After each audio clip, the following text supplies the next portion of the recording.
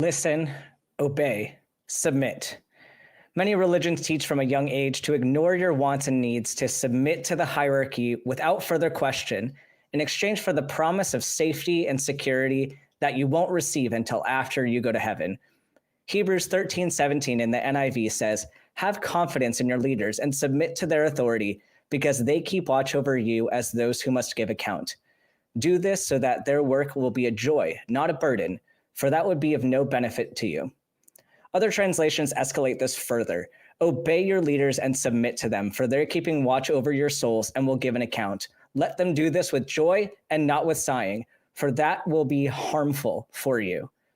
Religious leaders take passages such as this to assert expertise over topics such as medicine, psychology, law, and even more.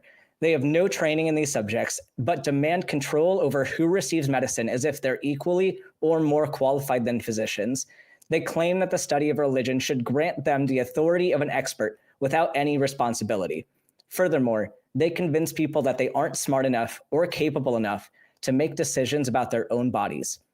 Religion maintains its power by infantilizing adults so that they doubt their own capabilities and remain submissive to them. If you believe religious leaders should be obeyed without question, stay tuned and call in, because the show is starting now.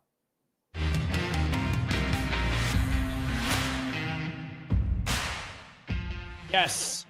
Yes. What an intro. What an intro to take us into today's show, which already has a bunch of callers on the line waiting to comment on what we're doing. Good afternoon, everyone, depending on where you are.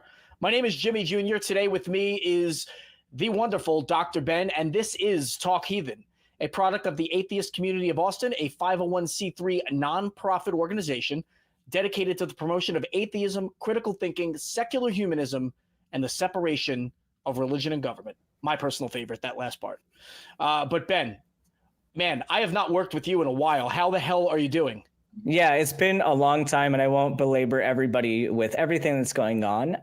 But long story short, I am changing medical specialties.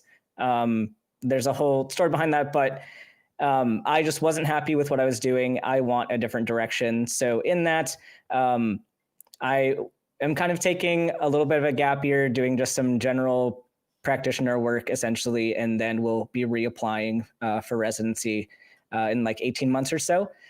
So y'all are going to get more time with me, which is great. I'm excited to kind of update you all as that process goes. But kind of my one message to the audience from all of this, and this is something that stuck with me ever since I decided to pursue medicine in the first place, is that like there is no deity that's telling you what you can or cannot do with your life. And there's no such thing as like your godly calling. It's not real.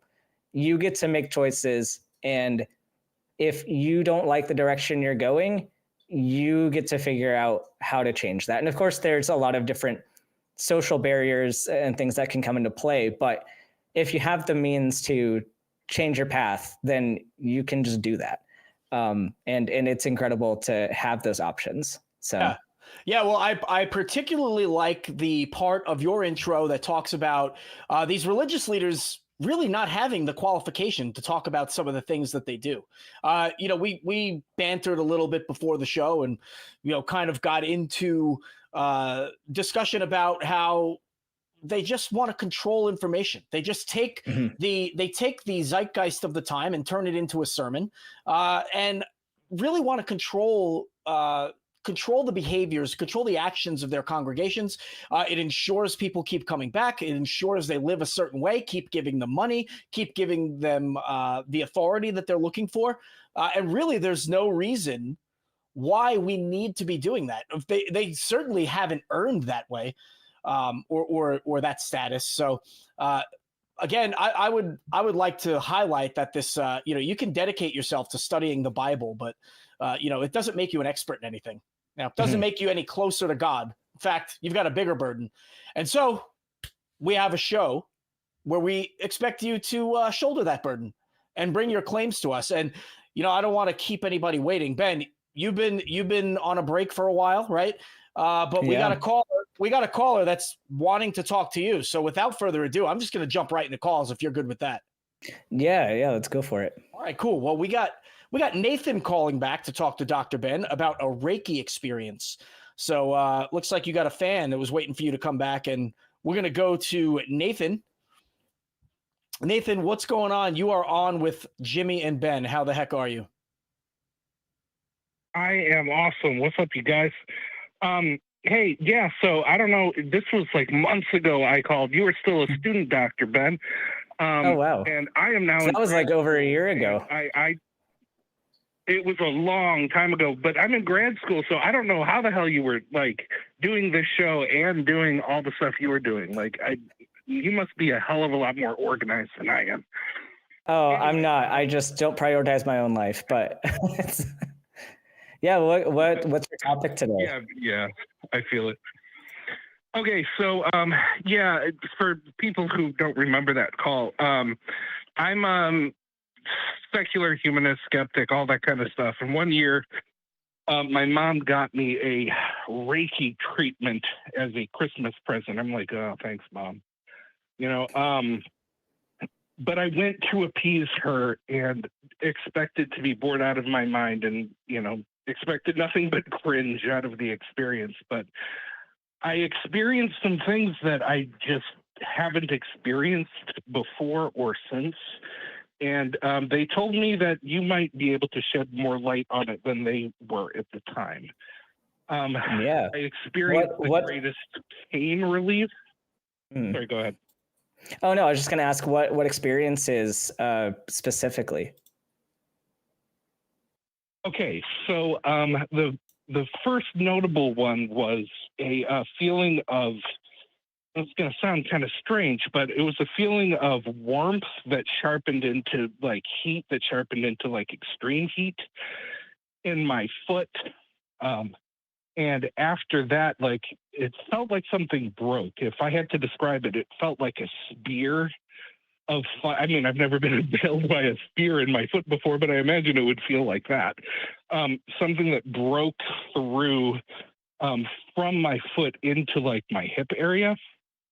And I looked down to see what the heck was going on, because it was a sharp pain.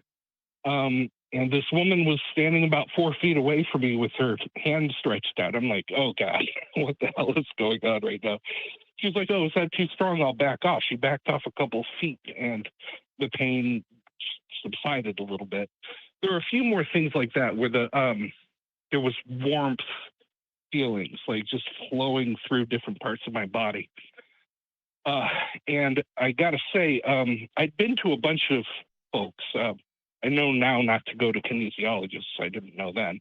But I went to them. I went to neurosurgeons. I got the shots that kill your nerves and all that kind of stuff. 3 months of no pain after that. The best I had was maybe a week, possibly 2 weeks. But I've had a lot of pain in my back ever since I was 14 or so. I'm just a twisted up individual, I guess, physically speaking. So I'd never experienced anything like that before, and I wanted your take on maybe physiologically what that was. Yeah, and it's interesting because I think about a year ago, if I last spoke with you when I was still in med school, this would have been over a year ago, and I've even had some changes in my thought process since then about subjective pain relief. Because we know that the mechanisms involved with chronic pain are more related to the neurological adaptations of how you perceive pain and not as much with actual mechanisms of pain in that specific area. Like, for example, back pain, you can have degenerative disease, like you could have arthritis, et cetera, that are pain generators, but your pain perception can be out of proportion to the actual injury that's done in that area. And the way we approach pain nowadays, especially now that we know a lot more of that, has to include more of those aspects related to perception of pain. And so we're terming all of this together as multimodal pain management. And I'm currently still in a position where I don't believe that Reiki has any physiological benefit. I don't think it has any medical benefit in that it cannot treat the actual mechanism of pain. It cannot reverse degeneration. It cannot reverse an injury. But I do think that some of those alternative mechanisms can affect psychologically how you view your pain, and that can help in a way. It can help you focus a certain amount of your attention on your pain, or how well your brain perceives that pain.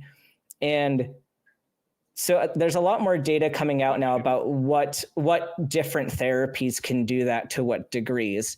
And this is similar to things like aromatherapy, or like massage therapy is a bit different because it has some very physical elements to it that can, cause like dopamine releases, et cetera.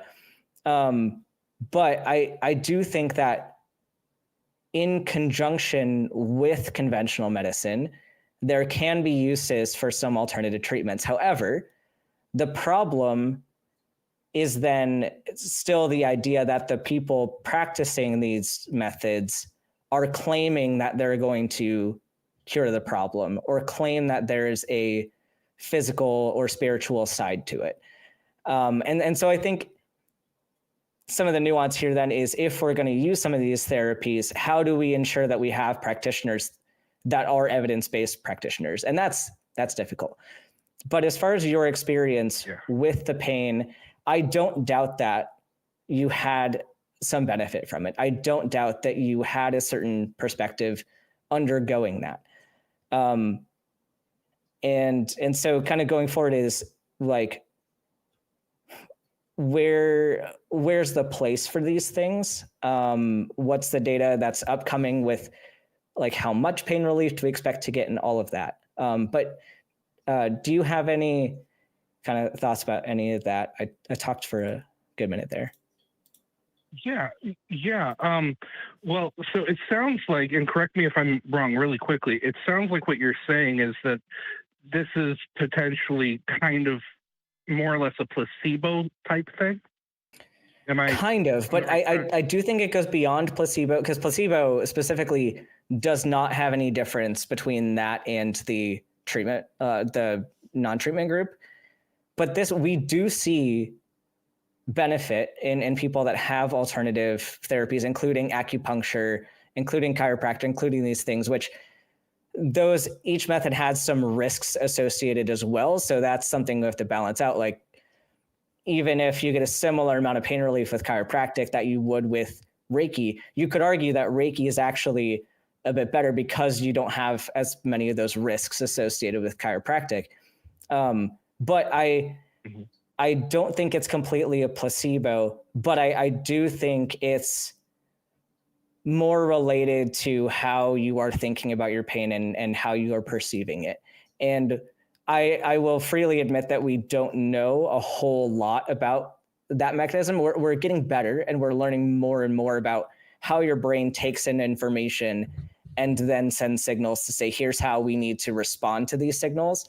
But we're learning more about it. And I think these treatments relate to that process and not necessarily eliminating the pain generator, if that makes sense. Like if the injury itself is the pain generator, then this is just with the processing of that pain generator. Interesting. Yeah. So the reason I asked that was I have this, I mean, I was thinking that going into it being doubtful would have eliminated any of that ability to be psychologically affected by, like a placebo-like sort of thing. Like I had my walls up, man. I was like, this is bullshit. I can't wait to leave. So I felt like I wasn't, I can't think of the word. I wasn't able to be influenced by the woo of it all. Like I'm very anti-woo. So I was very surprised. So that's what puzzles me. Yeah, it's definitely very interesting. I don't know if Jimmy has other thoughts too and wants to. Well, I don't necessarily have any thoughts. I was getting an education listening to you. I'm not qualified to speak on this stuff. And so, Nathan, to be honest with you, I don't know that I would have taken your call if Ben was not here, because I just, no disrespect, but I don't definitely have no qualifications to talk about medical treatments. But I do agree, or at least I can see where you're coming from as far as asking about a placebo effect, because before you brought that up, my injection into this conversation was me actually not going to be talking to you, but asking Ben, hey, what do you think about the placebo effect? Because I feel like there's a level of wishful thinking in all of us that maybe at some point we, look for a positive outcome, and we are able to psych ourselves into experiencing that positive outcome. And I don't know, Ben, do you have any thoughts on that? And before I do that, before I cut back to you, I just want to say, there are studies, at least where prayer is concerned, where people who think that they're being prayed for tend to find some benefit because they think that the prayer is going to work, and that in itself is its own kind of placebo. And I just wonder if there's a relation. So Ben, yeah, that was what I would have asked you. Yeah, it's possible. And I can't say exactly like how these things specifically work, if it is just an application of the placebo effect or if there's something else to it. But basically, like, we're doing a lot more study on this, and especially for things that are subjective, I personally, and this is my own opinion, that if it's something subjective and there's minimal risk to doing it, I don't have as much of a problem with somebody using that for subjective relief. Like aromatherapy for anxiety. Like, I would rather you like smell some lavender oil than like have a panic attack and have consequences from that. Like, there are reasonable accommodations across these different things. And my biggest advice for people is, if you want to try something alternative, you should have like your medical doctor on board with you. They should know what you're wanting to do. They should be able to talk to you about, like, is this appropriate for you? Because there's some things that aren't appropriate for different medical conditions, but just be open with your team about the things that you need, what you're thinking of using those things for. And then they can determine, is this something that's going to be safe? And maybe it will help in addition to some other things. So I still have reservations a lot about things like chiropractic because it can be very dangerous. But I'm changing my mind on, like, where do we allow for some of these subjective things to help reduce suffering, even if they're not, like, especially for problems that we really can't treat at this point. Like, chronic pain is something that you have to manage and you can't really get rid of. So what can we do to make people suffer less? And so, and again, going back to my initial point with that, how do we get practitioners that can approach this from a medicine, an evidence-based perspective? And actually, we do have some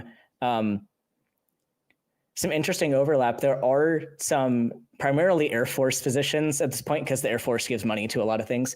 Primarily Air Force physicians who are board certified physicians who also do acupuncture.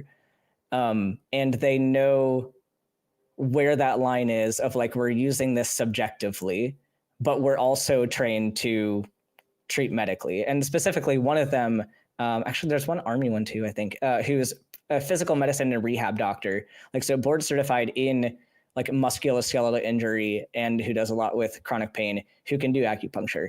And so I think maybe that's where we just need to look at it, is getting qualified professionals who can triage those things, to maybe get more involved with that. But that's kind of my take on it. Nathan, any reflection there? All right, cool. No, I'm following. I am just, I guess, going to remain baffled by why I felt what I felt. because I've never felt anything like that before or since. And I recognize that it may be psychological and some kind of like the brain does things that you don't expect it to be able to do sometimes. But like also I just wasn't open to it. So I guess I'm just going to remain baffled. And it's not like we might not know. Feel my experience. So yeah, we might not know, and or maybe someday we'll find out a particular mechanism that relates to that. But yeah, we'll keep learning about it. Yeah, important testimony of about why it could be good to get out of your comfort zone, maybe, and try some new things. You never know what's out there unless you give it a shot. And it doesn't sound like you were doing anything that was going to be harmful to you. So good on you. I hope you're able to deal with your pain, and I hope you find some relief. And I really appreciate your call, Nathan, and I'm glad that you are a fan of Dr. Ben's and you're waiting for him to come back and pop on. But we're gonna move on, Nathan. I hope you have a great day. Thank you for your call. And thank you. Thank you. No problem. All right, cool. So yeah, Ben, good stuff. Thank you for educating the non-medically minded folks like myself in here. I just want to remind folks that we are a live call-in show. We have open lines, but we have callers stacking up. So I want to give a shout out real quick to both Stevens on the line, Olivia and Rajin, who are all waiting for us. We will get to you. But right now, what I want to do is get into the question of the week. And so we're going to take our Talk Heathen to Me segment to our top 3 answers for last week. And last week we asked, what is an unexpected place for Jesus to appear? And we have our top 3 answers. So number 3 comes from Shay, the crocheter. Unusual place for Jesus to appear: in bed with you on your wedding night. Ugh. Shay, you are dirty. I don't know. Yeah, I mean, I guess that would be unusual for anybody. I don't know how Jesus and religion got involved in people's beds in the first place. I don't know why they care so much, you know? I don't know. Ben, what are your thoughts on that? I mean, why when we talk about marriage and we talk about consummating it, is it a holy experience? If you can even define holy, who knows what that means? Yeah, it's very creepy. Yeah. I mean, if Jesus likes that, I mean, it says a lot about the rest of his message. And yeah, I'm going to leave it there because it's going to get very not safe for work very, very quickly. Yeah, that's true. Shay, the crocheter, you're making us think dirty things. And you know what? I think number 2, Rhonda, is also a little bit dirty. How dare you, Rhonda? Shame on you. An unusual place for Jesus to appear: in my morning shower. That would be weird. How often do you think they showered back then in Jesus's time? I think it would probably be really weird for Jesus to be in a shower anyway. They didn't have showers back then, of course. Yeah. Or at least not what we have. Yeah, I don't know where, Rhonda, how your mind goes there. I'm not sure how to respond to that. But I hope Jesus is not in the shower with you either. That's kind of weird. Although I do hear that he's always watching. So maybe you can't escape that. And then number 1, Colin Matz: an unusual place for Jesus to appear: a Last Supper class reunion. That's pretty good. Good job on Colin. Yeah, things didn't work out too well for Jesus last time, so I wouldn't go back. I don't know. What do you think, Ben? Any reflection there? Yeah, definitely not as dirty as the last one, but it does get a bit dark, know. Yeah, I don't know. Maybe if Judas wasn't there, Jesus would show up. Who knows? Maybe. Who knows what ever became of Judas? And by the time the reunion came around, but we do have a prompt for next week, and so Ben, of course, I got to go to you. Got to go to you for the first stab at this, and we want to ask for the callers or the viewers to complete the sentence. Not even faith healers will attempt to heal what? Yeah, not even faith healers will attempt to heal the action figure that you fell on, because no one wants to deal with that. Wait a minute, hold on. I don't know if I got that. Explain that again. Oh, like if someone shows up to the hospital with a certain object in a certain unfortunate place because they fell on it, like that Darth Vader action figure definitely ended up there accidentally. I've never once seen a faith healer address that topic. Like, I've never seen them say, hey, you know, that might be a good way for faith healers to actually get some respect and even some money out of the deal, is like, hey, I know you got that stuck up there. I can help pray it out. I don't know. I haven't seen it happen. That I don't think Reiki has solved that one either. I don't know. Maybe there's a chance to connect the dots there too. Oh boy, this is a dark show. This is a dark show today. It's nasty. We're getting dirty. That's okay though. There's plenty of room for that when you're talking about religion, which is what we're here to talk about. But thank you, Ben. Folks, for those of you viewing this right now, you can put your answer in the comments of this video, not in the live chat. We will not read those out because that's going to disappear. So after the show is done, you can make a comment about what faith healers, not even faith healers, will attempt to heal. And we may read yours out if it makes it to the top 3 answers next week. Just a reminder, this is a live call-in show. I forgot to read the phone number, 512-991-9242, or from your computer at tiny.cc/call-th.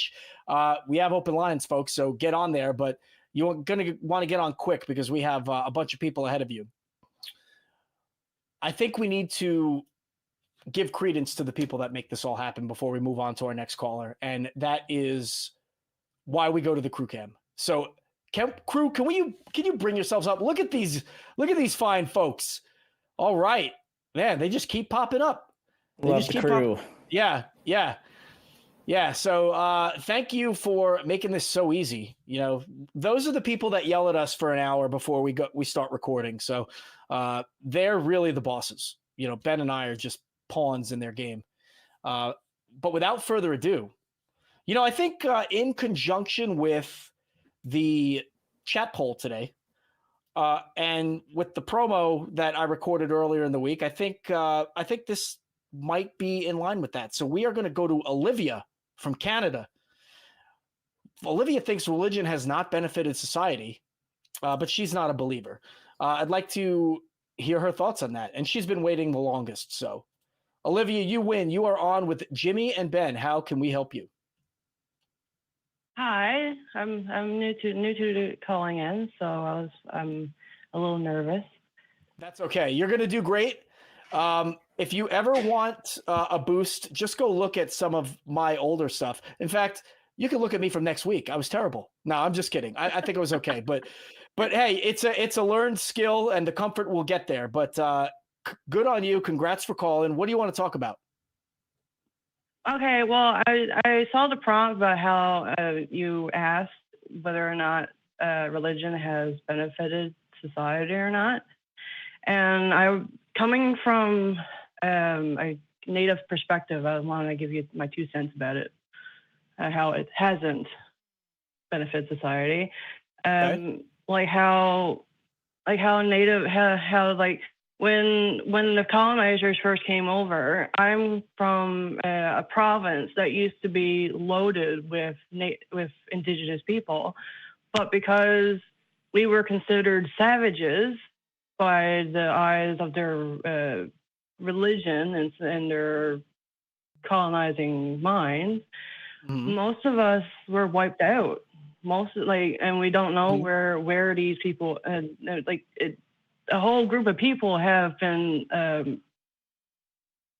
gone extinct because of these people, right?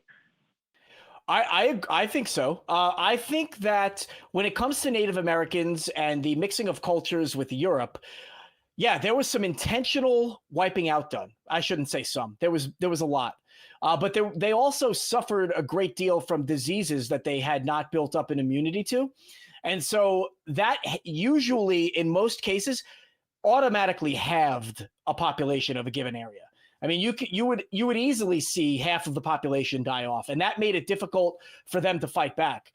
You know, a lot of people don't give a lot of credit to Native Americans or indigenous. Forgive me, I don't mean to be disrespectful with any of the terms I choose, but basically, when it comes, pardon me.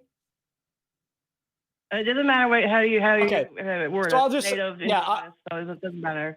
Okay, so the indigenous folks were actually not of an inferior quality when it comes to culture. They had effective communication methods. They had really effective and intricate political systems. The Iroquois nation was a grouping of several different nations. It was kind of a collective security group. They were able to have very, political. They were very politically organized. They were able to fight. They were able to share the means that they all worked towards to ensure that the strength of the whole group.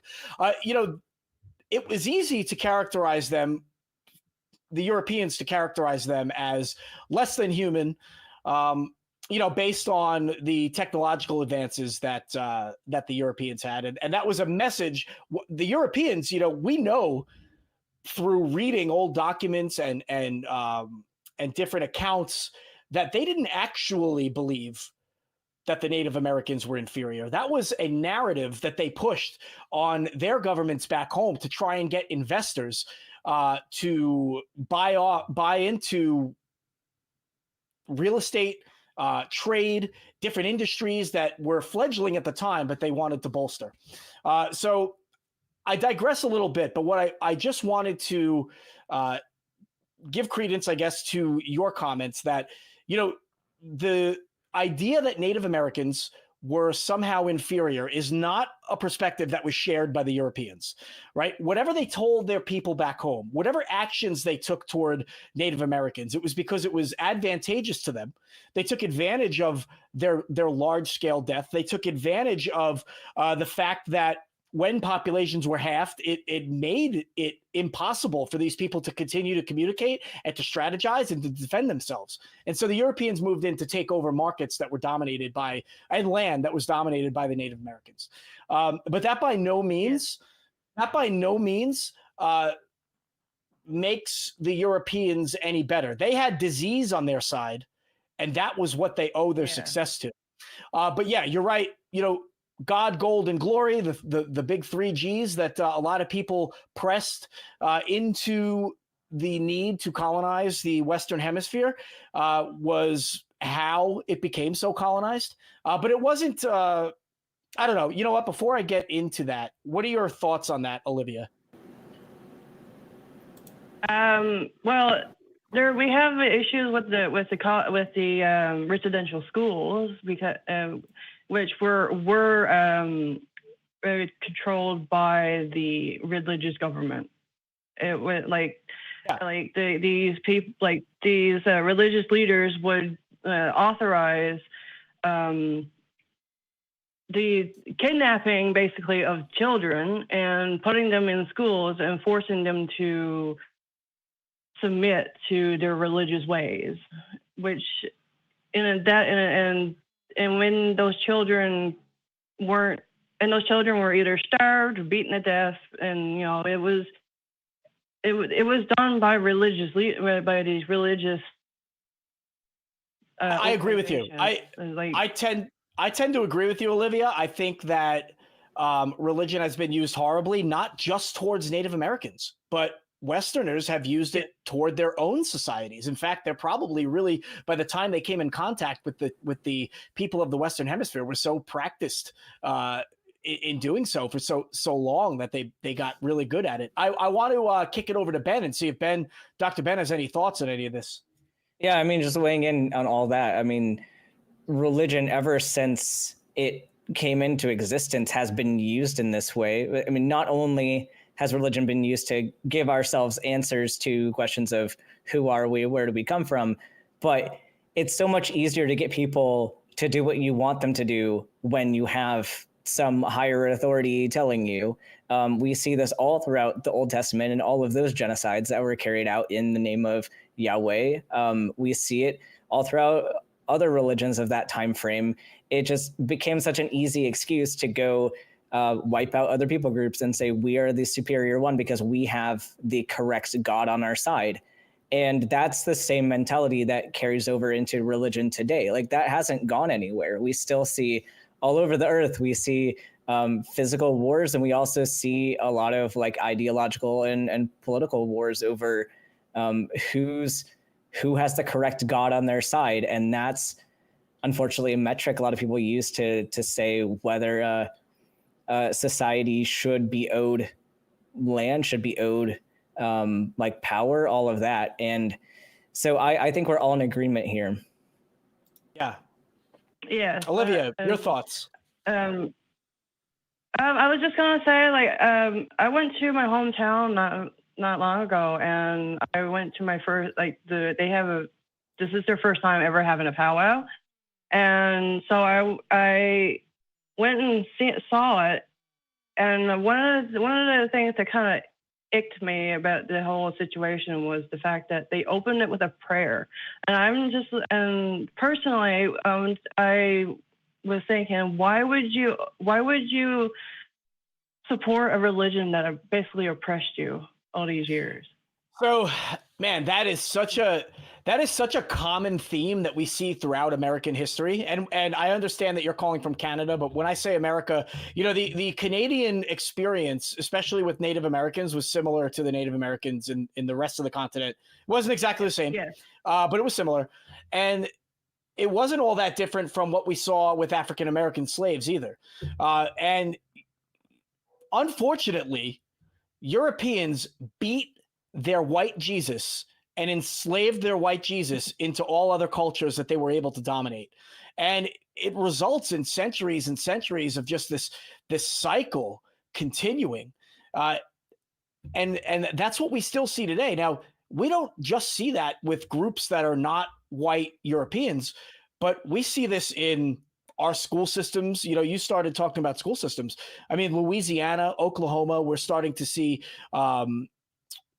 the religious right trying to take over the school system and really push Christianity on people that don't want it. And unfortunately, like Ben said, a side effect of religion is using violence to get your point across and to ensure that you are the dominant power. And sometimes it's very hard to escape. We saw that with that.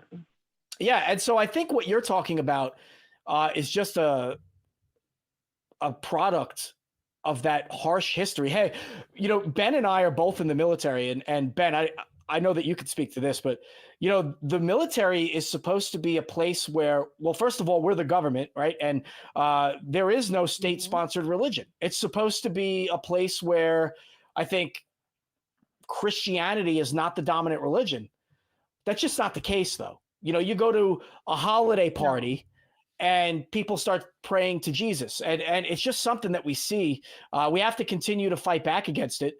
And I'm not trying to disparage the military, because I love the military and I have great working relationships with everybody that I work with. I'm just saying that we are creatures of habit. And it looks like that, that cycle is continuing today, just as it has carried on, since, I don't know, 300 CE.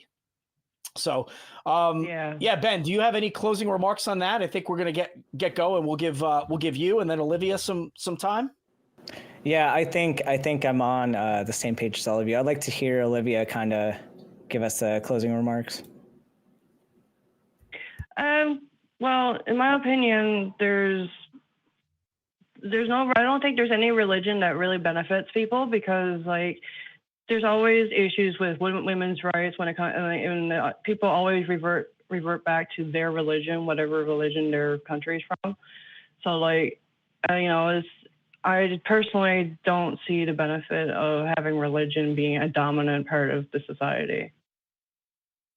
Yeah, I completely agree. I can understand how your experience would lead you to believe that. Heck, I haven't had that experience and I still believe that.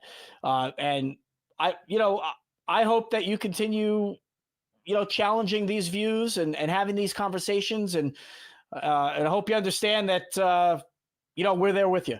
So I really have nothing else to add. I want to thank you for your call, Olivia. Thank you so much for calling in and having that discussion with us. Me.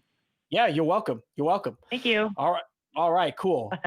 Yeah, I could talk about that all day. I'm very passionate about American history when it comes to the clash of civilizations that took place and created essentially the Western Hemisphere. But always happy to have that conversation. Thank you, Olivia. We're going to move on. I'm just going to go in order. We got, let's see, who's been waiting the longest? We're going to go to Rajin in New York. Rajin is calling us Wow, I don't know if we're the right people to talk to. Rajin is calling us in conjunction with a class assignment that he has. I don't want to give you an F. Yeah, I don't want you to get an F by talking to me. So hopefully we can be helpful. What's going on, Rajin? Hello? Hey, guys. Yeah. Hey, how you doing? No, don't worry. You guys are actually, I'm actually quite enjoyed listening to the podcast. I'm a first timer here, so thank you guys so much for having me. I've been listening to everything you guys are talking about, and don't worry, this is definitely the right place. I'm very excited. So my school, we recently, yes, the assignment was go ahead and think of something that you wish you could put into everyone else's brains, like a thought that you could put into their head. And the quote that I wrote that I'm gonna read out directly because I want you guys to hear it is, "I'm going to stop being ignorant about things I know nothing about." That was the line. And I really wanted to take that, and my school can be an incredibly like religious place at times. Like preachers on campus, it's just like a very common thing. And I'm an atheist myself, so I would come to you guys and I was like, you know what, these guys probably deal with people like this all the time. How do you deal with people that are so like anti-atheism or pro-Christianity to the point where it's like it's over the moon? You know, how do you deal with that? Yeah, Ben, I'm gonna kick it over to you, my friend. It depends. It depends on the person that I'm talking to. It depends on the context that we're in. If it's a place where like you're in a neutral setting, so maybe your school is not an example of like a neutral setting, but if I was just sitting here across from somebody who didn't like atheists for whatever reason, it depends on kind of what level of hostility they engage with will kind of determine where I place myself in that. I like to be as non-confrontational as possible, as long as the other person is willing to kind of match that. And so in those cases, I'll kind of keep it at like a very question-based conversation, kind of getting a feel for what they believe and why, and kind of having a back and forth conversation. If people are willing to go along with that, I love handling things that way. Because then over time, being able to show each other that you're both human, I think is very powerful. I think a lot of times when we talk about groups of people, it's very easy to generalize and easy to think things like that aren't necessarily going to play out, like kind of poisoning the well in a way. There are a lot of religious people that are very reasonable to talk to. And I know I've had some very good conversations. I'm sure Jimmy has as well. But from there, not everybody is willing to engage in that way. And so that's why I think continuing to watch this show would be probably a good experience for you, getting the feel for all different ranges of conversation.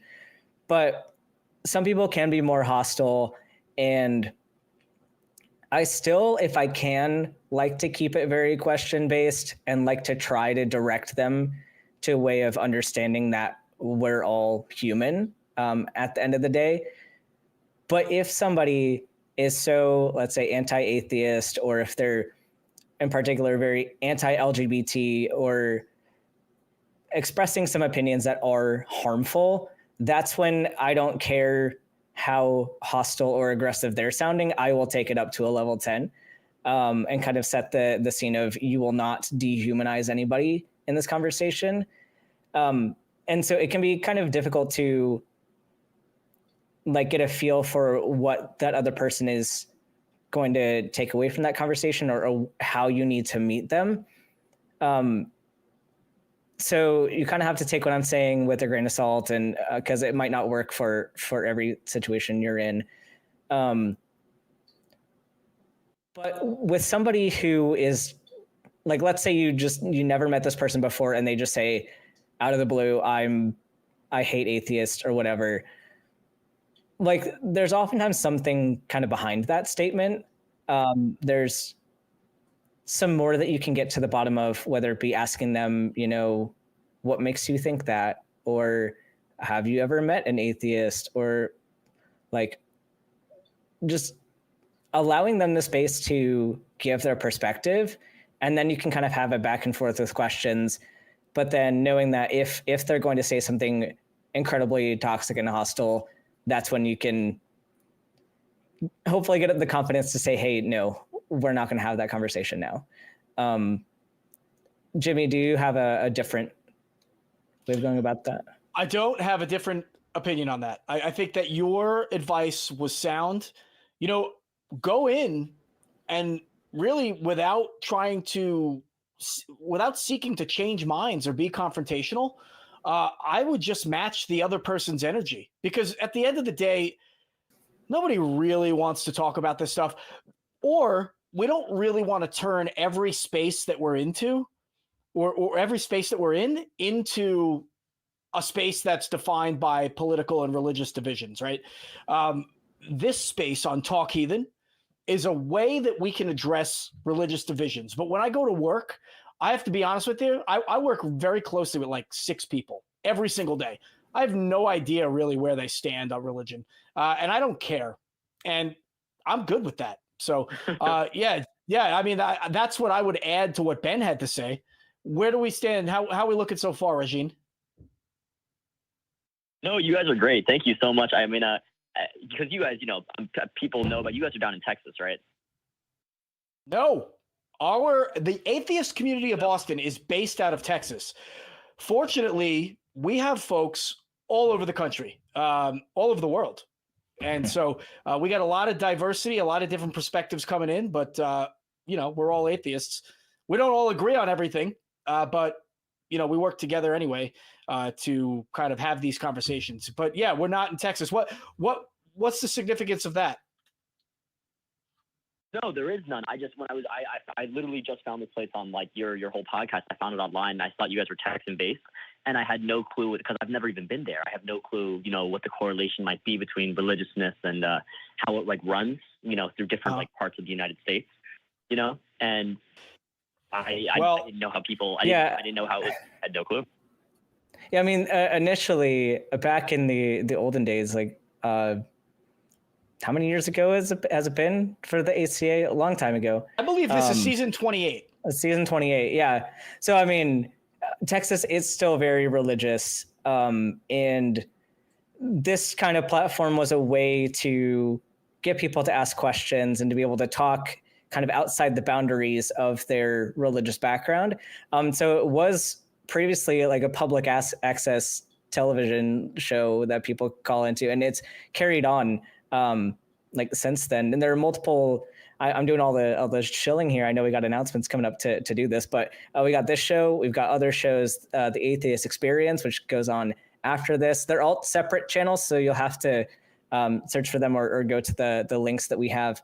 There's also on Fridays, there's Truth Wanted, which kind of addresses more of like we all can cover kind of the same things, but their focus is more on like alien claims, like Bigfoot, like a bunch of less religious topics that are still heavy on requiring critical thinking. So we have lots of different things, and definitely watch some more of the shows, watch some of the reruns. I feel like we're just turning this into a shilling thing, but no, this is great. Ben, yeah. Did you mention the nonprofits? I didn't yet. Listen, so Rajin, the nonprofits is a pre-recorded show that gets released every other night at 7 p.m. Eastern. So, of course, 6 p.m. Central. But I think that is like a very foundational show to understand the conflict between religion and government that takes place every day. And we address that. And that show actually fuels a lot of the discussions that we have on all of our other shows. So definitely go check that out. But I do want to say, I do want to ask you, how has this conversation so far, how is it going to impact your class assignment now? Well, honestly, what it's going to do, it gives me a scope of how exactly I honestly just wanted an outsider opinion. I really just wanted to know how you guys handle it, because honestly, a lot of the people, at least in my surrounding area, will just kind of ignore it. And that's sort of the issue of ignorance, is that everyone just sort of lives in a bubble of like, oh, you know what? I don't understand this. I'm just not going to deal with it. Or in some cases on campus, there are like some really violent things that can happen. Like people like breaking signs or getting into fights, all sorts of just like crazy, like really childish shit. Yeah. Unfortunately.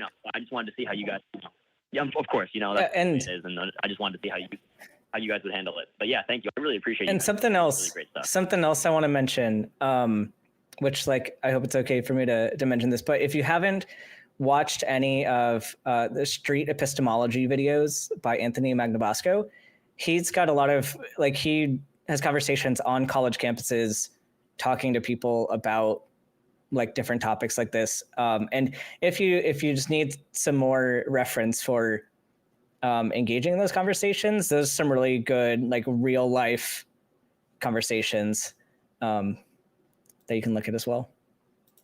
Yeah, Rajin, I hope that was all helpful.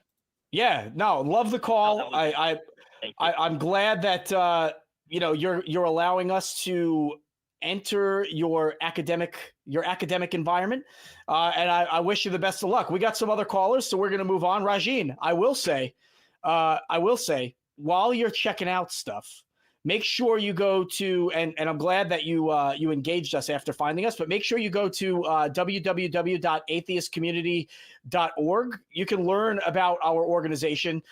We have our policies up there. We have different events that we host.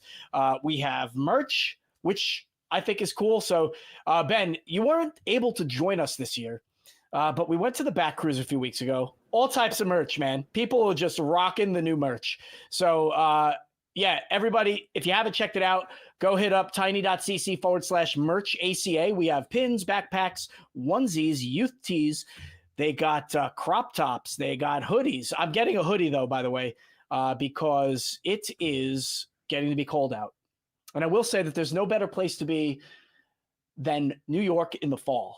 But it's hoodie weather. It's hoodie season. It's pumpkin spice season, and I am ready for it. So, and folks, we are about to read some super chats. So if you haven't yet, get in the chat. Send us a super chat. We will most likely read it if it is internet appropriate, if it's Talk Heathen appropriate, if it meets our standards. But Ben, do you feel like knocking out some super chats, or you want me to go? Yeah. I think you should go. Yeah, let's do it. So we had a couple from X Million.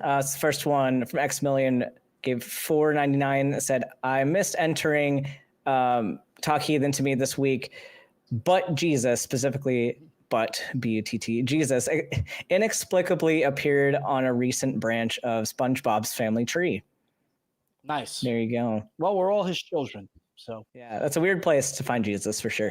Yeah. And then X Million also gave another $4.99 to say, Jesus appeared as the Black Knight in Monty Python's Holy Grail. It's only a flesh wound.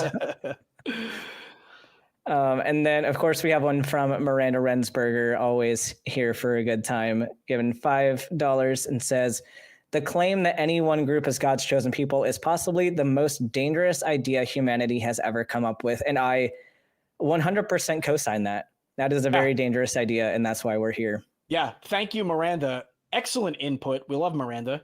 Yeah, folks, so get your super chats in. What we're going to do right now is move to Stephen in New York. Stephen wants to talk about Satanism, and I can't wait to hear what Stephen has to say. So, Stephen, you're on with Jimmy and Ben. Hey. Yeah, so Satanism doesn't exist. When someone calls themselves a Satanist, it's like calling themselves a lobster. It doesn't really mean anything. And I'm kind of confused about why people think Satanism is a real thing. Okay. Yeah, go ahead, Ben. I want to hear a little bit more because I initially disagree a little bit, but I want to hear kind of more of your argument on that. Yeah, in order to really be a Satanist, I would say people would have to go through a 3-step process. The first thing is they would have to be a theist. They would have to believe in a Christian denomination, in the Christian Bible, and they would have to think Satan is an enchanting figure. And step 3 would be they would have to be okay with a negative afterlife. And I doubt anyone meets all those steps. So what is that? Have you had any exposure to Satanists in real life. Have you ever spoken with somebody who takes the Satanist perspective? Yeah. Was that person was that person a spiritual Satanist, or were they using the label of Satanism as like a free speech point or like a freedom of religion point? It seemed like they were saying absolutely nothing. The term didn't mean anything. They called themselves a Satanist. They like demonic imagery, but they didn't. There was nothing that they were really saying when they were calling themselves that. So I want to push back a little bit on all of that, because there are a few different ways that I've seen people take on the label of Satanist. The more common one that I've seen, and that I think Jimmy has probably had exposure to as well, the more common one that I see is people who are atheists who use the label of Satanist to push back against religious organizations violating rights to freedom of religion and freedom of speech. So essentially, especially in the US, where you have churches that are saying, it's our freedom of religion to put up the 10 Commandments in school buildings. It's our freedom of religion to have prayer over the intercoms, or like we can do all this public display of religion. But then oftentimes Christians forget that there are other religions out there. And if you're going to claim that you have the freedom to display your own religion publicly, then others should get that as well. And so the Satanist movement, at least one branch of this, is saying, is putting up things that are very like demonic in imagery, like having a Baphomet statue somewhere outside, or doing certain rituals publicly to say, hey, if you are suggesting we all have a right to freedom of religion in this capacity, then we should be allowed to do these things too. And so it's more of a statement in a lot of ways than it is a belief system. That being said, I do know of people who take on a more pagan Satanism, and I can't speak on behalf of their beliefs because I don't come from that. So I'd recommend maybe before like claiming something for somebody else, getting that perspective from those people who do take the label and ask them what they believe their Satanism is, or what their beliefs are, how do they practice them? Because I see there's a bit of a straw man here, potentially. Yeah, I agree. So Stephen, before we move on, I want to build upon what Ben is talking about, because he's right. I am familiar, very minimally, but familiar with the sect of Satanism that uses the idea of Satanism in a more secular humanist form to challenge religion, to hold religion accountable, etc.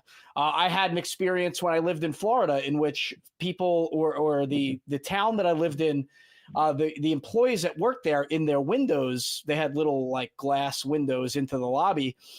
Each had a block carving of the word Jesus, and it was facing into the lobby. And so I contacted the Church of Satan, and they challenged them on it. Now that, of course, that challenge died when it was determined that, it wasn't proselytizing in a government office, and that it was in the person's own personal space. I would disagree, but, that's neither here nor there. The point is that is one area where you see Satanism. Then I would say that there are other people. I would say there are people that take the approach that Satan in Christianity was actually slighted, was actually unfairly treated by God, and he very well might be the good guy. And they take this approach that God is actually the bad guy, Yahweh, in Christianity or Judaism rather. And Satan is the one that really is the good guy, is the one that is misunderstood, and that God is a hypocrite. I don't know if that's genuine or if that is also another way to push back against establishment Christianity, but I buy it. Okay, I buy it, because in the narrative of Christianity and Judaism in the Bible, I do believe that Satan was mistreated and slighted by God. And the thing is, I don't believe that either of them are real. Now, the third way I want to interpret this is Christians have to remember that Satan is theirs. Like, Satan is yours. Satan belongs to you. If you are a Christian, but you're pointing at other people saying, how dare you, Satanists, just remember that Satan comes from your religion. Okay, nobody is bringing Satan up and worshiping Satan without Christianity. I mean, that you have to have Christianity first before you can have Satan, and then before you can have Satan worship. And so who are the real Satan worshipers? You know, with Satan being a deity in Christianity, it renders Christianity in more ways than one, or not the only way, but it is a way. It renders Christianity to be a polytheist religion. Okay, not only does the Bible early on say that there are other gods, etc., but you know, if you consider that there are angels, there's Satan, who is the ruler of the underworld, just like in other religions where the underworld has its own ruler. You know, Christianity is not this monotheistic, all-powerful religion. It's a religion where good and evil are at constant odds with each other, and God apparently is not powerful enough to stop the evil. So we're stuck with this dichotomy. And again, that Satanist dichotomy belongs to you, Christians. That is yours. That's not the Satanists. So anyway, yeah, I can get a little fired up there. Stephen, how are we looking so far? Well, the first thing I wanted to say is that having a moral code has nothing to do with religion or spirituality or anything. Well, yeah, I agree. I agree with that. But that apply the term Satanism to a moral code. No, we're not applying Satanism to a moral code. I don't think we're not doing that, and they're not. It's again, it's a pushback against the things that Christianity has been doing.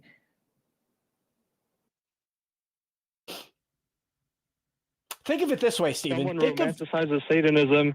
I don't think Christians really care about changing anything. No, that's not the point. It's not making Christians change anything. It's in a society that has freedom of speech and freedom of religion. It's saying that you are, in demanding these things, you are also like, you're demanding things unfairly. You're not allowing other people to step in. And in order to silence, like in order to reduce the amount of things that the Satanist movement is allowed to put out there, they also need to calm down. Like, maybe no religion should be at the forefront. Maybe all of it should be things that you individually do for yourself and not force upon anybody else.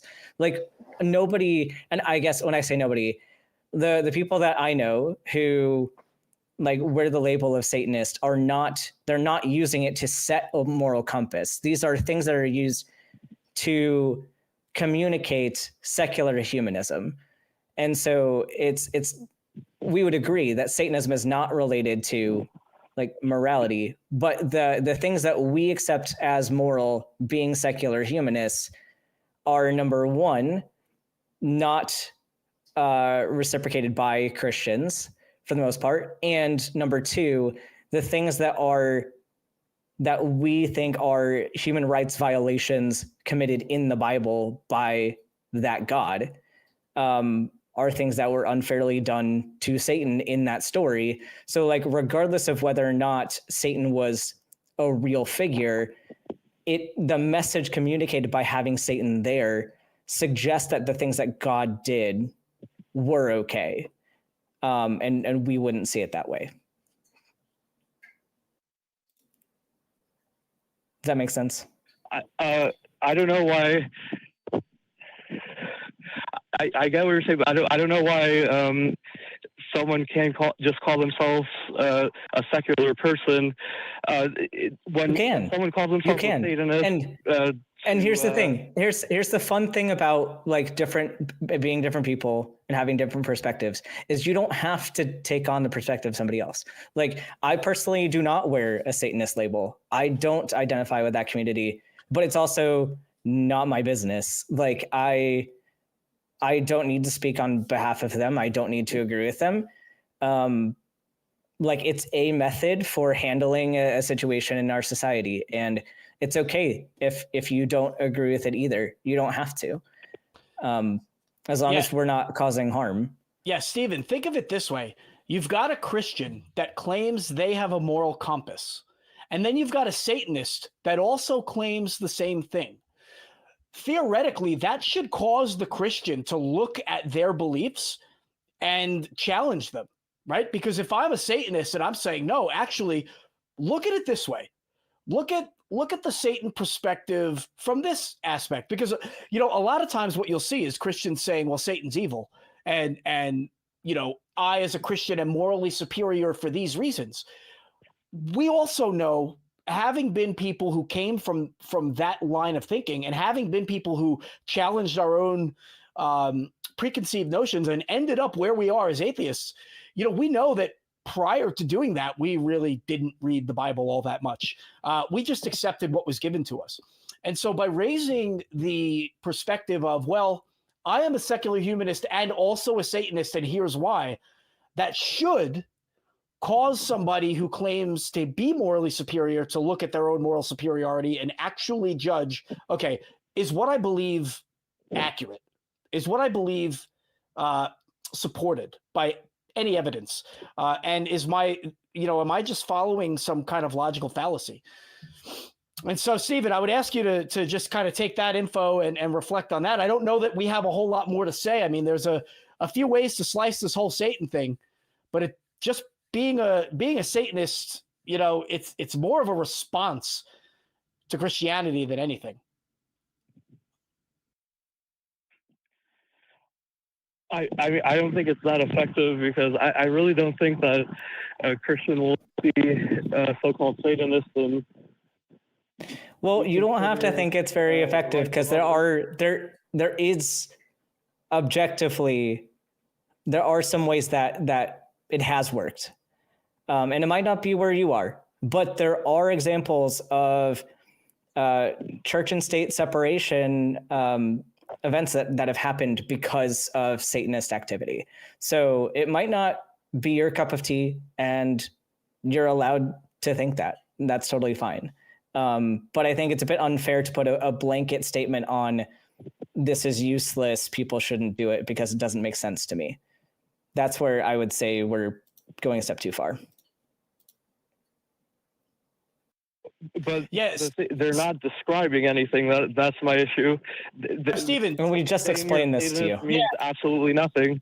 Listen, I'm going to give you one example of how this was effective, and then I think we're gonna call it a day on this call. But I do want you to hear this. So about a year ago, maybe a little bit more than a year ago, it was in a Midwest state, and forgive me, I don't remember the exact specifics. I don't remember the man's name, but I could just tell you kind of what happened. So there was a school that was, or there was a government, right, a state government that was considering putting Bibles in classrooms. It was along the lines of that. And so what happened was, a member of that community went to the town meeting or the school district meeting or whatever it is, and said thank you to the panel that approved this measure, and said, now that we have church and state coherence, I can now rely on you to give me funding to open up Satan's Little Devils after school program for toddlers. And really the man was going, his plan was, and it was of course a very passive aggressive and kind of colloquial response, but something that legally he could have done. If they approve this measure to sponsor Christianity, then they have to sponsor other religions as well, including this man's supposed Satanist religion. So he said, well, thank you for funding this, because now you can give me money to open up the Little Devils, or Satan's Little Devils after school program for kids. And what happened was the measure failed. They essentially took back their state sponsorship of religion, and that Christian measure, whatever it was. I know I said they wanted to put Bibles in classrooms. I'm just using a recent event that's happening in Oklahoma. I don't necessarily know that was the case, but basically that's how that response was effective. And that's one area where the Satanist kind of position can take hold. So I hope that makes sense. Ben, you have anything? Yeah, just like, because I think there's a disconnect here maybe with our caller individually, like saying that like this isn't going to affect like people on a systemic or individual level, but what it may not, but what it does is it sets precedent. Like legally, these cases set precedent and say like, this is how we're allowed to move forward. And so I think that's one of the big thing that's done here. And so maybe I would encourage you to like look into some of these cases, even look into what the Satanist like organizations have been doing, and maybe expand your position a little bit, because your initial question sounds like maybe lack of knowledge on the subject, maybe a little bit of like not being exposed to the full issue, and maybe reading some more of that will change things a little bit. Yeah, Stephen, thank you so much, dude. This was a great conversation. I really enjoyed this. Thank you for being a viewer. Thank you for giving us a call. We are going to move on. We have some other callers on the line, and I hope you'll call again. But do yourself a favor and look into some of this stuff. We are going to right now. We have something very important we have to do, Ben. I know that this is probably your favorite part of the show, but we're going to read our top 5 patrons. You want to give it a go? Yeah, let me just pull it up here so I have the list. But yeah, it's always our favorite part of the show to butcher the names of our top 5 patrons. I mean, shout them out on the live stream. And of course, if you want to get on this list for next week, you are more than welcome to do so. But our top 5 for this week are Oops, all singularity, Devore Valjean, Dingleberry Jackson, Kalevi Helvetti, Left in the Leaves, and then our honorable I cannot speak anymore. Our honorable mention of I'm really going to butcher this, Ted Dewan. Yeah, I don't even know how to pronounce that, but I can tell you butchered it. It's just I can't say that. So you're a better man than I am. I will learn for next time. I will do my due diligence and educate myself on this. I think Ted put that on there to purposely throw us off. He's like, I have to get honorable mention because there's no way they're going to get this right. Well, Ted 1, Jimmy and Ben 0. Yeah, thanks to everybody. Thanks to everybody who gives to us on Patreon. We really appreciate it. We couldn't do what we do without you. I would consider all of our viewers to check us out at tiny.cc/Patreon. There's actually exclusive content that only Patreon viewers can access or Patreon members can access. So definitely go check that out. And we have started recording the Talk Heathen Discord after show. So that's one of those things that you can have access to. There will be an after show today. Unfortunately, I can't make it, but Ben and Richard and a bunch of other wonderful hosts are going to be there. So I definitely encourage you to jump in and see what we're all about. We have another Stephen on the line. We are going to go to Stephen and Benjamin. I can see you waiting in the call queue. We're going to get to you a little later, but right now we're going to Stephen in Florida. Stephen, you want to discuss Christian Judgment Day. Why don't you tell us what's on your mind? Yes, sir. First of all, let me say hello to Jimmy and Dr. Ben. You guys have knocked it out of the park with basically every caller. I would like to say that your disconnect with the previous Stephen is because he's looking for religious dominance and not religious freedom. He wants his Christianity pushed in schools and not so Stephen, that he doesn't even understand. Well, let me cut you off there. And I appreciate your point of view, but to be fair, the previous Stephen was an atheist. So we have that. So we know that Stephen is not necessarily looking for religious dominance. And I could see where you're coming from, because had I not had the information that Stephen was an atheist, I could relate that point of view to a lot of other theist points of view. I just think that the right. Stephen from New York called to talk about Satanism and to really voice that it was ineffective. And I disagree, but I want to talk about what you want to talk about. I disagreed as well. Yeah. Okay. Well, what I wanted to talk about was actually Judgment Day for the Christians. I'm an atheist as well, but I find it contradictory that the Christians believe that Jesus died for their sins, and that he's also going to come back and judge them for those very same sins that he died for. Yeah, of course. And then if we calculate how many people have lived, estimates say about 117 billion people have existed. So if Jesus comes back to earth and takes just 1 second per each individual to ever live, that's 117 billion seconds. And that's just 1 second on each individual. I'm sure other people have more sins than just a second. But if we were to put this scenario, this fairy tale into like real life, Judgment Day would now turn into judgment years, and it would be like 4,000 years of Judgment Day. And so, I just wanted to basically call. Last time I got to talk to Dr. Ben was a couple weeks ago, but I only got in at the end of the show. And my statement then was, how do we have any tangible proof that Jesus' sacrifice was even accepted by God?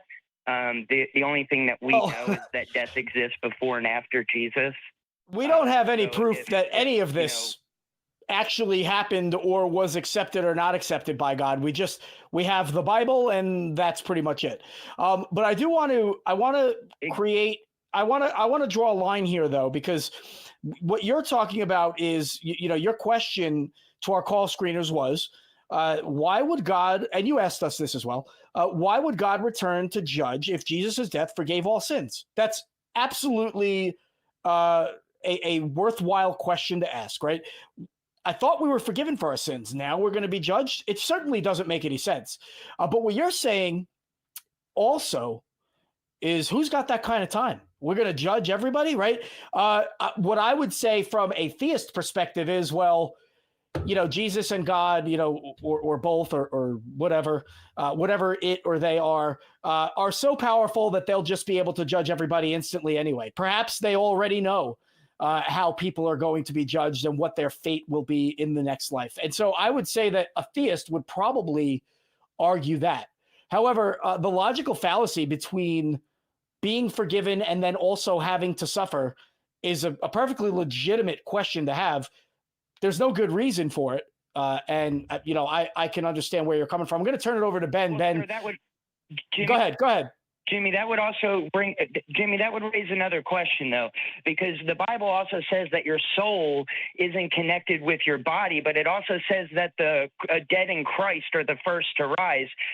We have embalming fluid and stuff like that now. So that just raises more questions other than Judgment Day. The questions don't end. What rises? The questions don't end. In fact, the Bible also says that Satan is going to be tortured. Not that he's going to rule over you and torture you. Satan's actually going to be tortured. Satan's going to be just like everybody else. But right. somewhere we get this idea that Satan is somehow, the bad guy.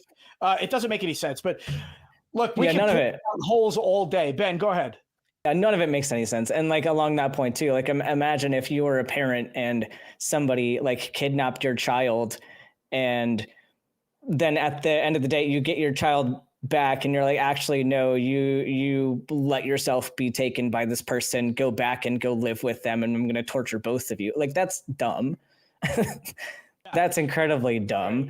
But yeah, they're endless questions, and all of it goes to show just how like contradictory and how irrational the entire book is, and the fact that it leaves so many questions that many denominations have different perspectives on. And like, is there going to be tribulation first before any of this happens? Is there going to be a rapture before any of this happens? Like, do you know which sins are going to be insta-sent to hell? Or yeah, like there's so many questions that nobody can answer. And it all just is consistent with a story that was told initially that they tried to pass off as true. And then in order to keep saying that it was true, you have to add more and more lies onto it in order for it to like make any sense. But then you're just making it make less sense in the process. Like it sounds like a whole bunch of very bad liars got together and just kept adding on to this story. And so I think we're all in agreement that there isn't a rational way for any of this to make sense when you investigate it. Comment, Stephen. Right. Like my next question would be like, do Christians believe that babies go to heaven since they don't actually have a chance to comprehend or accept Jesus if that's what it initially takes to get to this Christian heaven? Then when babies die, they don't have that chance to understand the concept of religion. Yeah, it depends on Depends on who you ask, right? Yeah. I mean, there's so many different questions or different answers to that. I know people who say, well, all Native Americans, for example, it's funny that we talked about this earlier, but I did hear somebody say, all Native Americans, the reason they were wiped out, A, is because they didn't have God. But B, they, can't go to heaven anyway because they don't have God. Talk about what kind of position what kind of God would you have to be to actually hold somebody to that? I mean, it's terrible. So needless to say, there's a billion, 2 billion different Christians, and there's probably 2 billion different answers on what happens or how Christianity makes sense. I do want to posit this on you, Stephen. So the printing press was invented in 1440, right? Before 1440, people could not read, generally speaking, unless you were part of the elites, part of royalty. You couldn't read the Bible. The Bible was written in Latin or Greek, and really only the clergy could read it. So you had all these parishioners, all these people going to church for 1,000+ years, and most of them were poor, right? They were people who worked the land, people who went to church to pray and be in God's good graces through the church, so that they can have a better life later. And that's where this idea comes from, where, what happens in this life, it's not really that important. You're going to get a better life later. And through that kind of belief, it keeps the clergy, the religions in power. It keeps the downtrodden, the people who can't think for themselves, in a position where they're constantly relying on clergy to have some kind of benefit later. And it keeps them in position to keep paying them for it. It's the biggest hoax, I think, that humanity has ever created. And that was that way. Yeah, Go ahead. Oh, I was going to say, yeah, it's kind of like a double jeopardy scenario, though. If you say that, that your sins are so awful that you made God kill himself, and then he's still coming back to judge you for those sins that he killed himself for. So listen, it kind of puts the sinner in a double jeopardy position. Yeah, right. But you know what? For the longest time, they were okay with that because they had no idea to look into this or no way of looking into this stuff. They didn't read Latin or Greek. They read whatever, or they spoke, and if they could even read, they spoke whatever it was that their parents spoke, and they didn't have the ability to look into this stuff. And then the printing press comes along and things are mass produced in multiple languages. It's not long after that, right? About 50 years before you have the Protestant Reformation. People start saying, what the hell have we been being taught? The Catholic Church doesn't deserve all this power. And then you start seeing Protestantism rise. And then you start to see all kinds of splintering. It never stopped. And we are 500 years into that cycle of the traditional ultra right-wing Catholic perspective continuing to be dismantled day in and day out, year after year, because people are more and more questioning themselves or questioning the things that they're being told.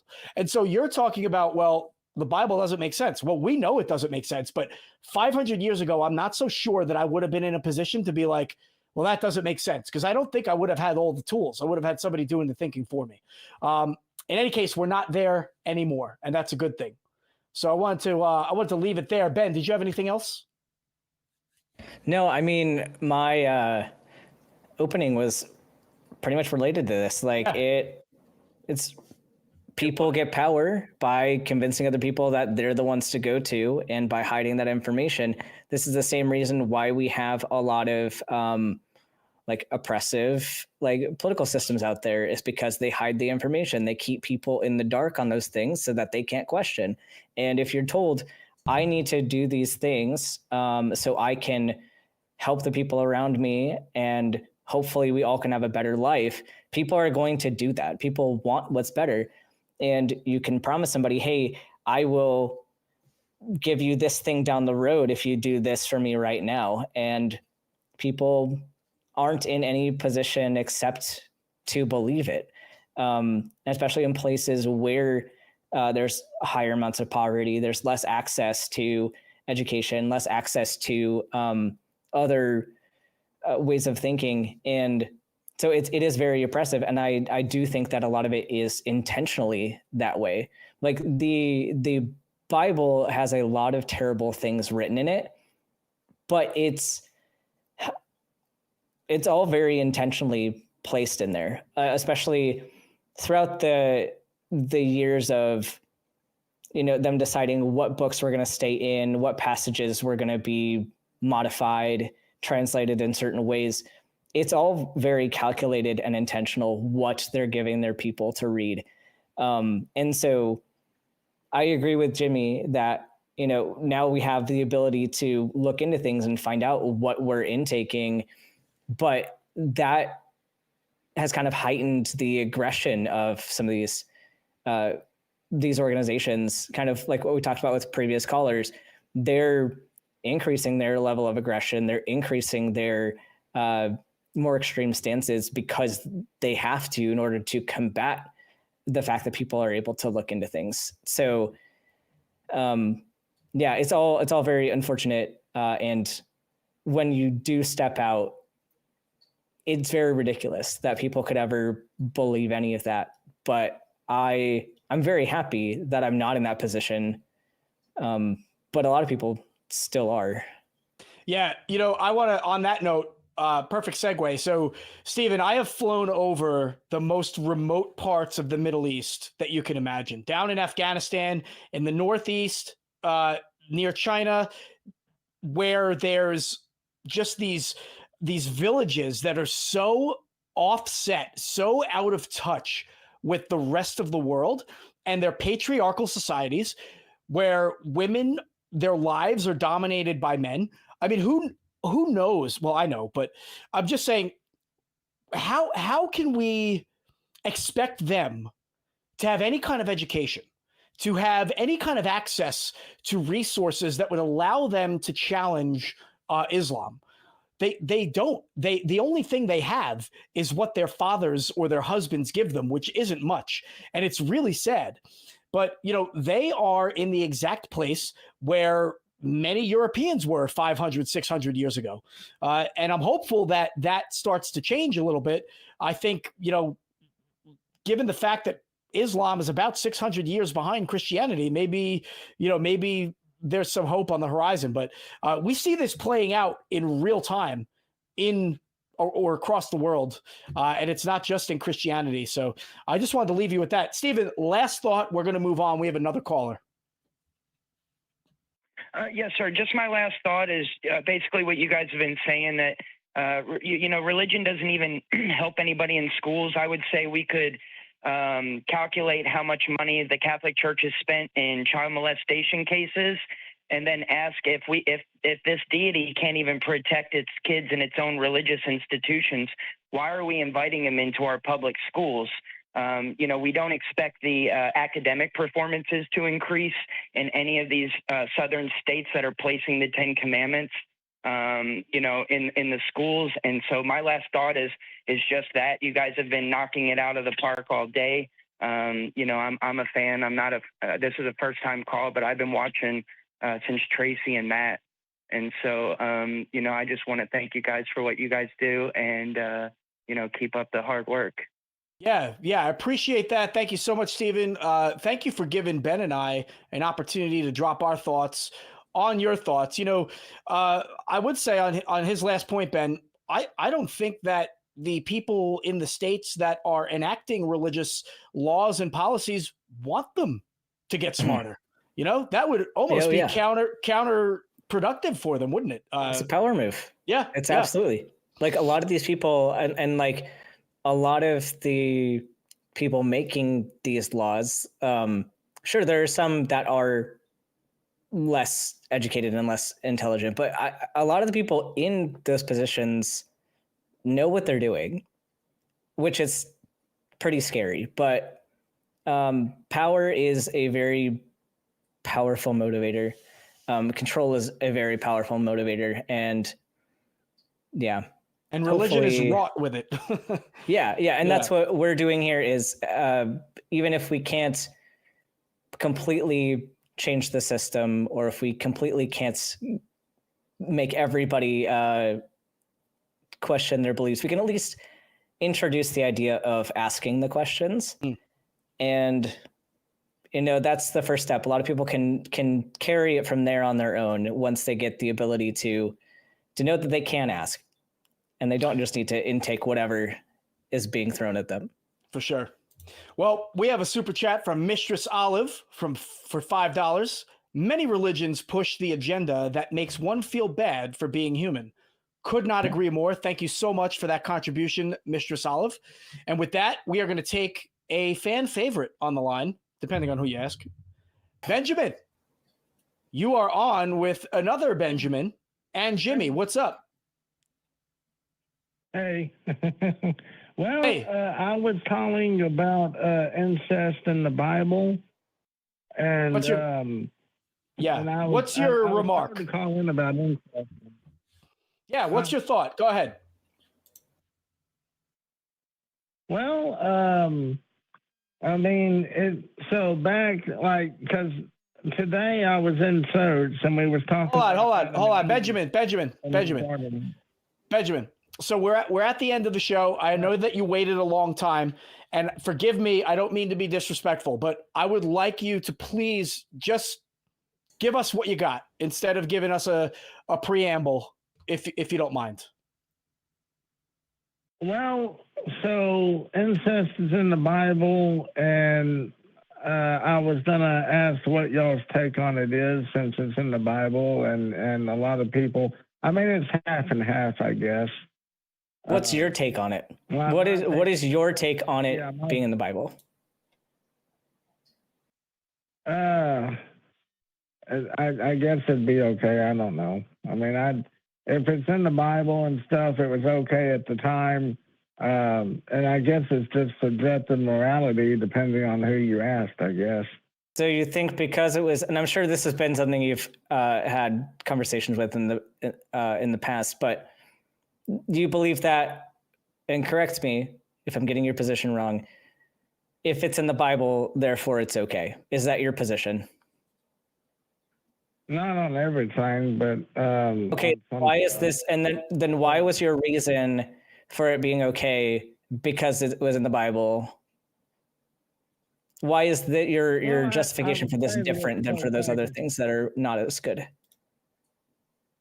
I would say that it was okay at the time, and because morality and all this and subjective morality and stuff has changed over the centuries. Well, I guess that is a tough question. I have kind of an example of something, and I don't know if this would even count as incest or what, but like if you have a family member but they're not technically related to you, is that still incest? Like, what do you mean? Like, are they like an adopted family member or like someone that married a family? Married in, like married in but not related. So like somebody like. So if I had an uncle that's not technically related to me, and then he married somebody, and then they had kids, like they would. That doesn't meet the definition. Whether or not that's like okay is a different question. But like to answer, does that meet criteria for incest? no, that wouldn't. Yeah, Yeah. I don't want to get too far off topic, Benjamin, because you brought up the fact that incest is in the Bible, and you suppose that it's okay that because it's in the Bible, but then again, not every case of incest in the Bible is okay. And I just want to know where you draw the line. In what cases is incest okay, and in what cases is it not okay? For procreation, I guess it would be okay. Okay. And then if the person was like really young or something, then it wouldn't be okay, because they wouldn't be able, like, if the person, because I know in the Bible, they had sex for like 9 or 10-year-olds or something. I might be getting my facts wrong, but. So I guess question for you on this. So if it required that for procreation, why couldn't God just make more people for them to procreate with? Like, would God need to? Would that ever be a situation that would need to happen?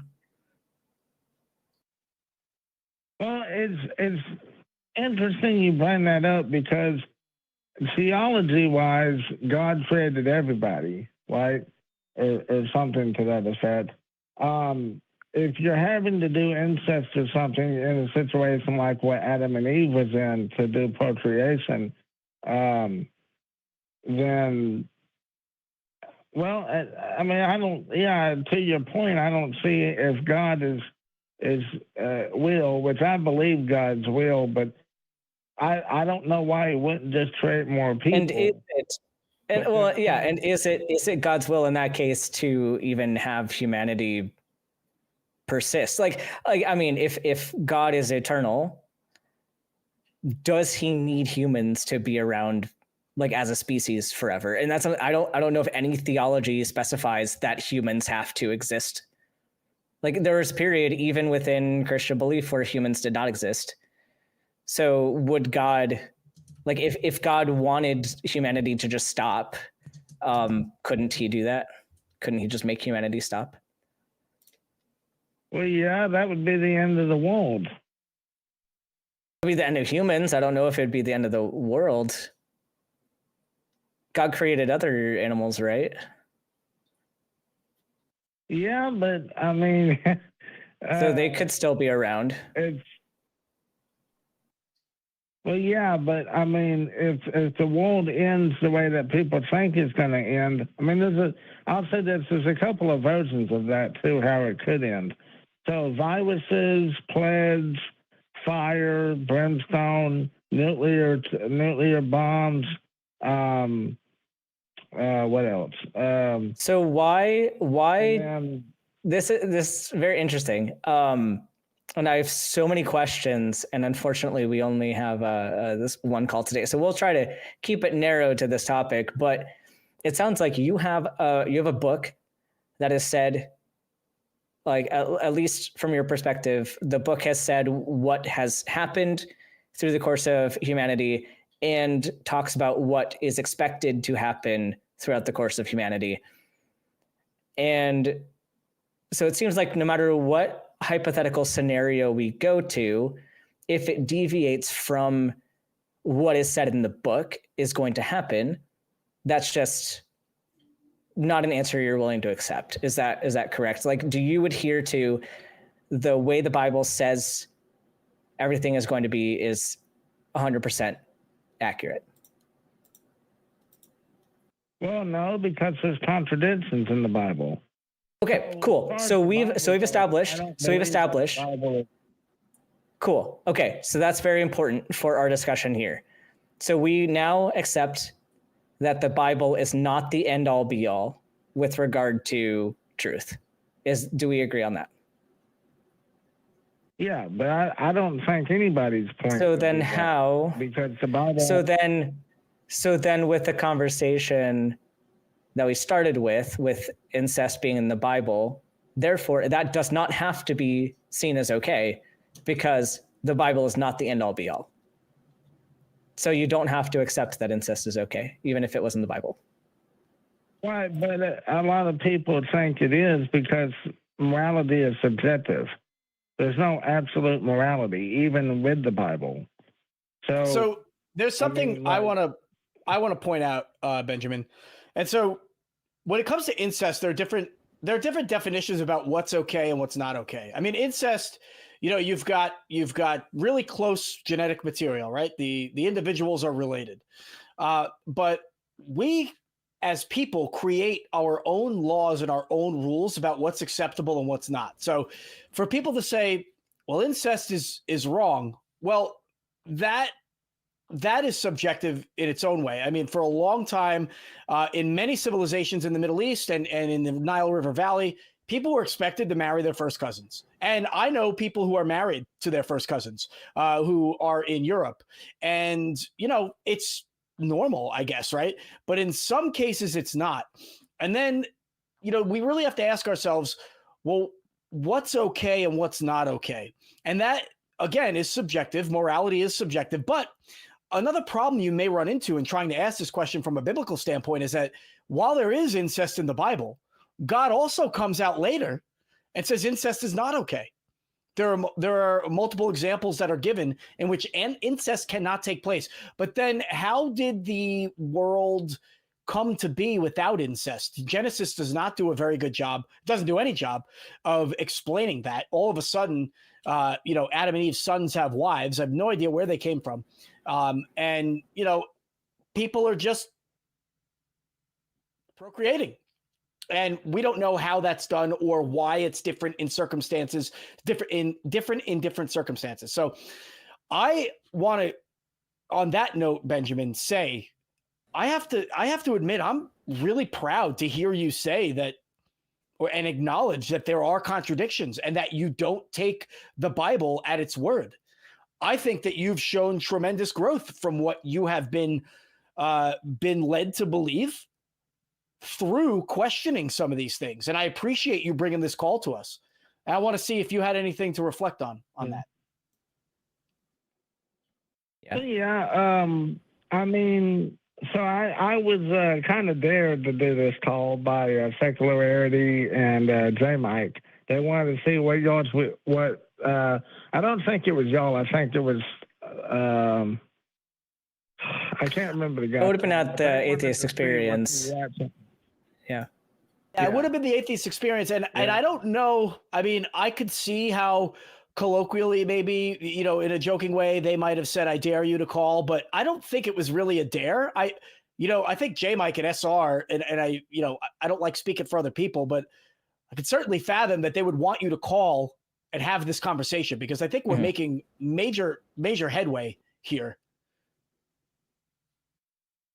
For you to admit that morality is subjective and that the Bible is not correct in some cases, I think is a very worthwhile place or a very accurate place to land. Well, I get my morality from other sources and myself as well, just what I think about stuff. But also, I don't know if this matters or not, but I don't worship God anyway. Like, I go to church just to go to church. I mean, I've read the Bible and everything else, and I am kind of religious, but not really, because my religion stuff hasn't been around for hundreds of years. Like God being evil and the devil being good, and there was the sect of Christianity that thought that God was evil back in like the 2nd century or so, after Jesus' death. I can't remember what it was called. I'm not familiar with such a sect. I do appreciate that you've had this discussion with us today, and that you're willing to look at what the Bible says from a different perspective. And I would love to learn more about this sect of Christianity that thought God was evil. Things were very different in the 2nd century as far as Christianity is concerned, and it really wasn't codified back then. So I'm not even sure, what could have been existed. Who knows? Who knows all of the sects that have disappeared? Probably outnumber the ones that have survived. Who knows? But Benjamin, I really appreciate, again, week after week, you're calling in and you're challenging your own beliefs. It's been great. We're going to get going. Ben, actually, Dr. Ben, do you have anything you want to add before we get going?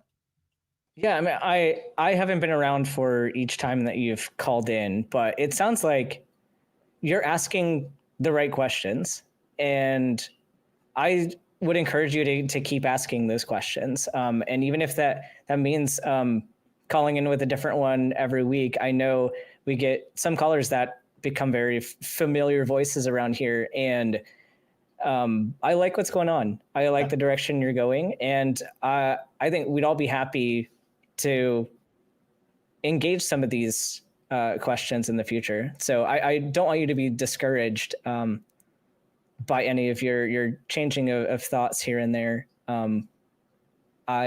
Maybe I should go back and watch some of the previous calls so I can get more up to speed on everything. But I think this was a good conversation.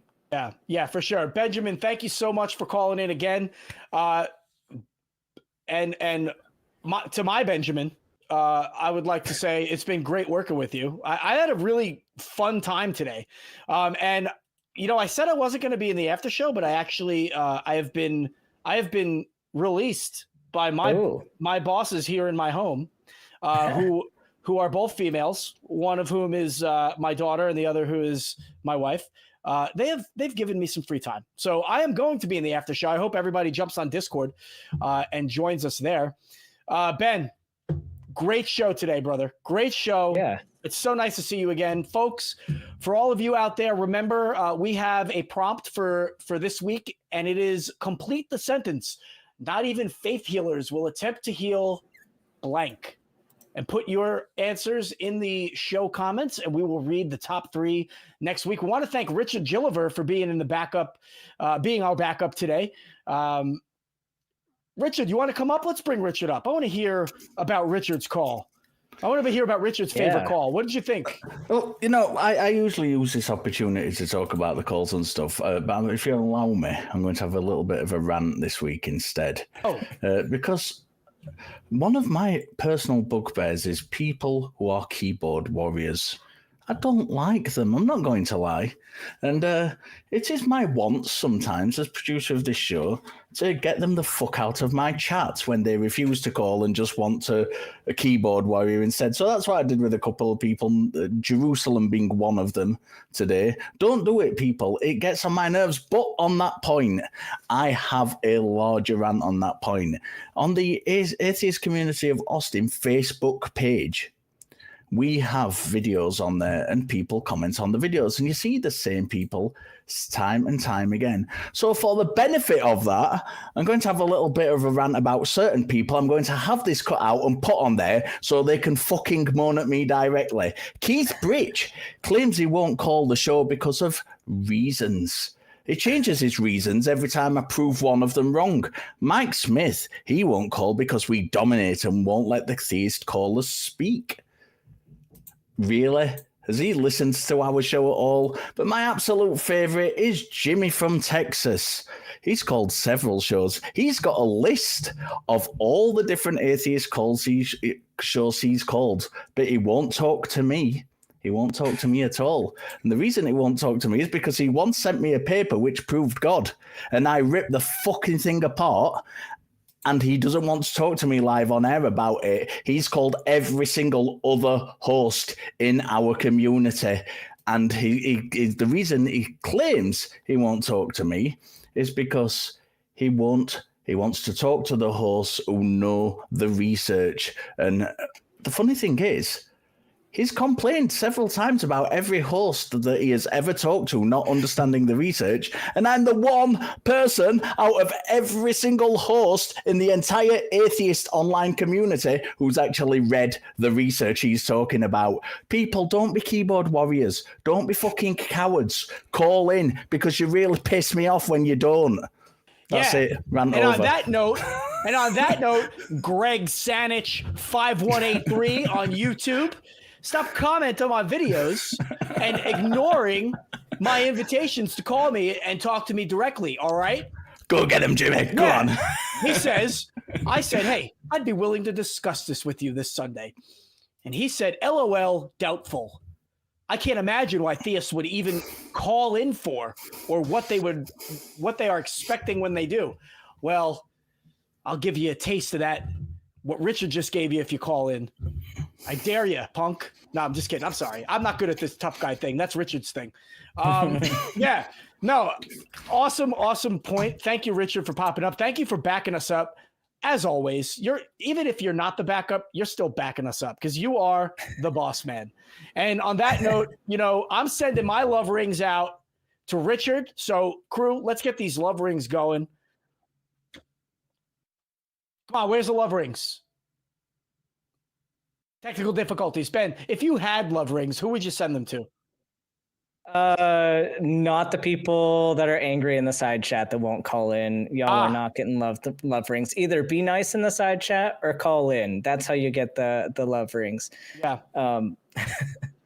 But remember, love rings. Folks, if you are a believer, this is your community and we are happy you're here with us. But if you are not a believer, we don't hate you. That was flipped. Oh, shit. If you are a believer. You know what? I don't have my script up, and I'm trying to do this. Okay, let's do this again. Let's cut that whole part out. Everybody watching live right now, pretend this whole thing never happened, okay? If you do believe, this is your community, and we appreciate you being here. But if you do believe, did I screw that up again? Yeah. Fuck. You know what? Let's go. I'll see you guys later. See you in the after show.